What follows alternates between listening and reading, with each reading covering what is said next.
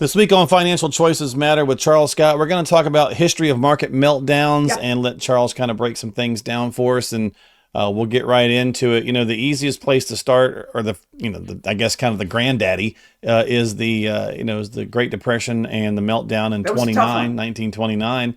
The Depression was about 10 years, Charles, and obviously it was a tough go. Most people now don't have any recollection, but still. You may have been inadvertently affected because your grandparents. Correct. But the people that were there suffered greatly in a lot of things. And it led to a lot of other stuff. The Depression was a depression, not just because the stock market did what it did, but that bled over into all of the economy, which is what did then. It's a little different now. I think, there've been some other things since then. We've got a list here of several of them. I think the ones that I think most people would probably remember more than the Depression was the interest rates in the late 70s and early 80s, when your CDs were paying 15%, which sounds like a really good deal, but your mortgage was 18%. That's when I bought my first house. Now, that's a great point when you're talking about the 70s and the numbers and inflation. Obviously, when we just went through is similar, to what we saw 40 years ago, right? So there was obviously big deals made about that. Yeah, exactly. There was another one that was 1987. Most people maybe remember, but it wasn't prolonged. It's known as Black Monday, where the S&P 500 went down 22%, 22% in a day. Charles, I'm glad you brought that up. Sorry to cut you off, but I just wanted to mention this real fast. I thought it was hilarious that, when Liberation Day, whatever they were calling it, when the tariffs kicked in, the first couple of days, Kramer said that we were going to have a Black Monday style day that first Monday. Yeah. It didn't happen. It didn't fall the 22% that you were just talking about. But, what's funny, anytime we talk about these black swan events and the negative things that happen and how the market suffered, they talk about the down. They don't talk about the up. And the funny thing about Black Monday, that happened in October of 87. Well, the market finished on a high when the year closed out just 2 months later. So the recovery time, wasn't too bad, right? 2 months. Yeah, I know. I was a regional sales manager for Massachusetts Financial Services, MFS. That's America's oldest family of mutual funds. And my territory was the Northwest of the country, from Alaska to Wyoming. I went a lot of places, traveled a bunch. The regional, the company said, just don't call anybody. Wow. Just stay home. Give it a few days. Nobody wants to talk to you in the stock brokerage world, so don't bother them. They're dealing with clients. Wait a week, it'll be different. Then we go back in, which is exactly what happened. So it was like hysteria for a bit, and then the earth didn't suddenly fall apart. Gravity continued to work. Stuff still happens. Companies still make products and services, and people buy them, and everybody's you're still working. So it makes great media, but it doesn't necessarily have a tremendous impact. And you can't guess. Well, I know this is what it's going to do tomorrow. No, you don't. Nobody does. So it's it's interesting you say that, Charles, and that he made that prediction, right? Because back to that. The first half of the day, the market's going down, and if you type in the S&P 500 in Google, and it gives you the real-time numbers, and then right below us, several headline stories from different sources, and they were all super negative, obviously. And then in the afternoon, something happened or whatever, and it was actually up. It was on its way back up. It was all green. Well, all the news stories were all positive. So in the course of half a day, it completely changed, because they react to the up and the down, which is, when we're going through things, it's like every 5 minutes. I mean, at the time we're doing this podcast, and it'll probably completely change by the time we drop it. So, Yeah, it's whiplash. And there are trends. There are trends that stay. They're called trends because they last a long time. Or fads, right? Yeah. It's a fad. Well, yeah, sometimes a very short trend. COVID in 2020, that was a weird, that was something that was relatively serious, not just from a financial point of view, but from just people's lives point of view. And we don't know what's going. Well, Charles, yeah, but COVID V'd, right? Yeah, it's just like Rebound. it's just like now. We don't know what it's going to be right now. It doesn't seem to be. It's not catastrophic. There's enough stuff, and it's a, the whole. There's a it's so much more international business is done now. Everybody's got their fingers in everybody's pie all over the world. So not just one place doesn't cause chaos everywhere. And sometimes you just got to take a deep breath and say, hey, we just sent out the clients and said, hey, if you need to talk, call us. We're not freaking out. That's a great point, Charles, because, at the time you're catching this, you're going to wind up, a ton of stuff is going to have happened, so I'm going to pull this up while we're talking here, because it's going to obviously change from the moment we drop this to whatever. So right this minute, so we were on, actually it was up 9 days in a row at the time we're taping. Yeah, this. It's coming back. And now it's down just to 0.3, so nothing major.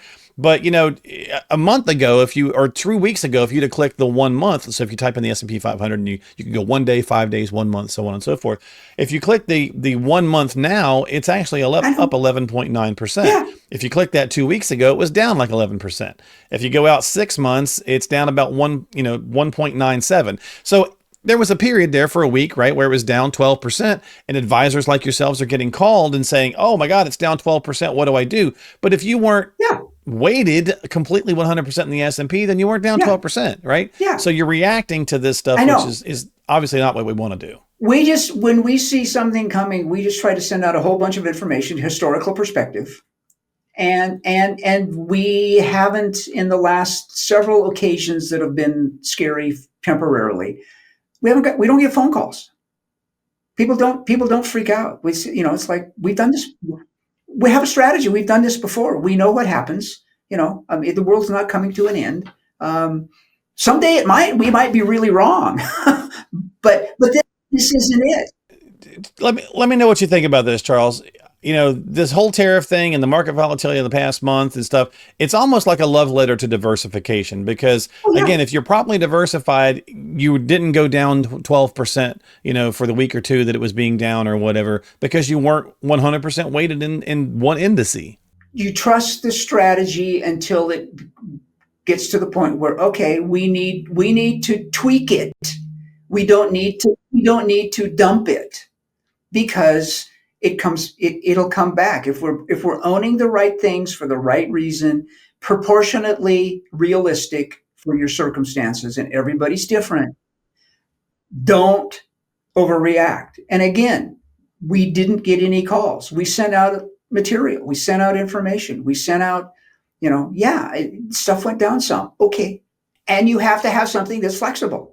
If you lock everything in. Speaking of being flexible, you want to work with somebody who's, educated. You just completed a new thing. What is the AIF? AIF stands for Accredited Investment Fiduciary. It's a designation that's very important for people that are in. I see more people that have that designation that work in the 401k space. We represent a platform, or we represent a company that will manage your 401ks for you and that kind of stuff. So that's where it originated in the pension world, the old fashioned pension world, they're sort of fading into the sunset slowly, pensions. And you wanted to have an understanding of ERISA, which is the laws that govern retirement accounts. It's like when you take your CFP exam, Certified Financial Planner exam, you have to study a bunch of stuff and pass a test. Yeah. So was the AIF was the same thing. I don't know. Right now, there's somewhere, I asked them not too long ago, how many AIFs are there out there in the running around, and they said that somewhere between 12 and 13,000. So there's a lot of people that have gone through the training. And it's really interesting training. And I just went through the continuing ed component of it. And there's stuff you learn every day. If you watch this, that you always learn something new because somebody knows something that you didn't think about. And it's like, oh, that's an interesting slant on this. But I will say this about it. I've had it a long time.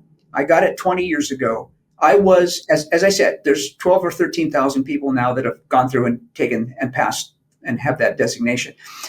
I'm number 194. Wow. Wow. I'm number 194 because I asked them a couple of months ago, I said, I've got this certificate that says. That's awesome. I'm number 194. I said, was I really truly the 194th person ever in the history of this thing to get this designation? And they took a couple of days and they wrote back and said, yeah, you were. I'm a fiduciary. I got to do what's in my client's best interest. Purely that simple. Isn't it funny that we have that criteria in business, right? That you got to do what's in your client's best interest.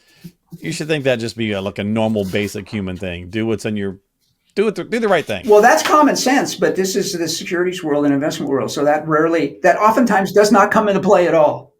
Well, we'll wrap it up with that, Charles. Thanks for explaining the new education that you're continuing to do. And look, the history of the market meltdown is this. That's going to happen.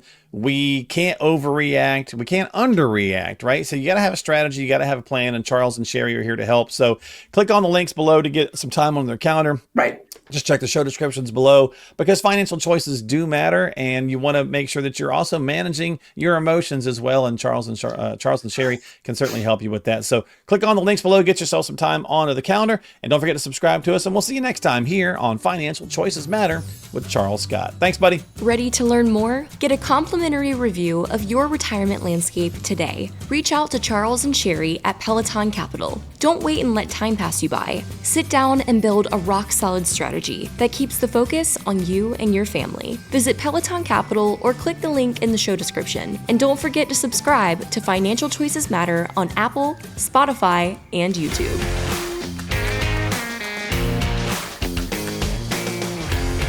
Financial planning and investment advisory services are provided by Pelleton Capital Management Limited, a state-registered investment advisor. Past performance is not indicative of future results. No one should assume the information presented here serves as a receipt of or substitute for personalized individual advice provided by Pelleton Capital Management. For more information, visit www.pelletoncapital.com.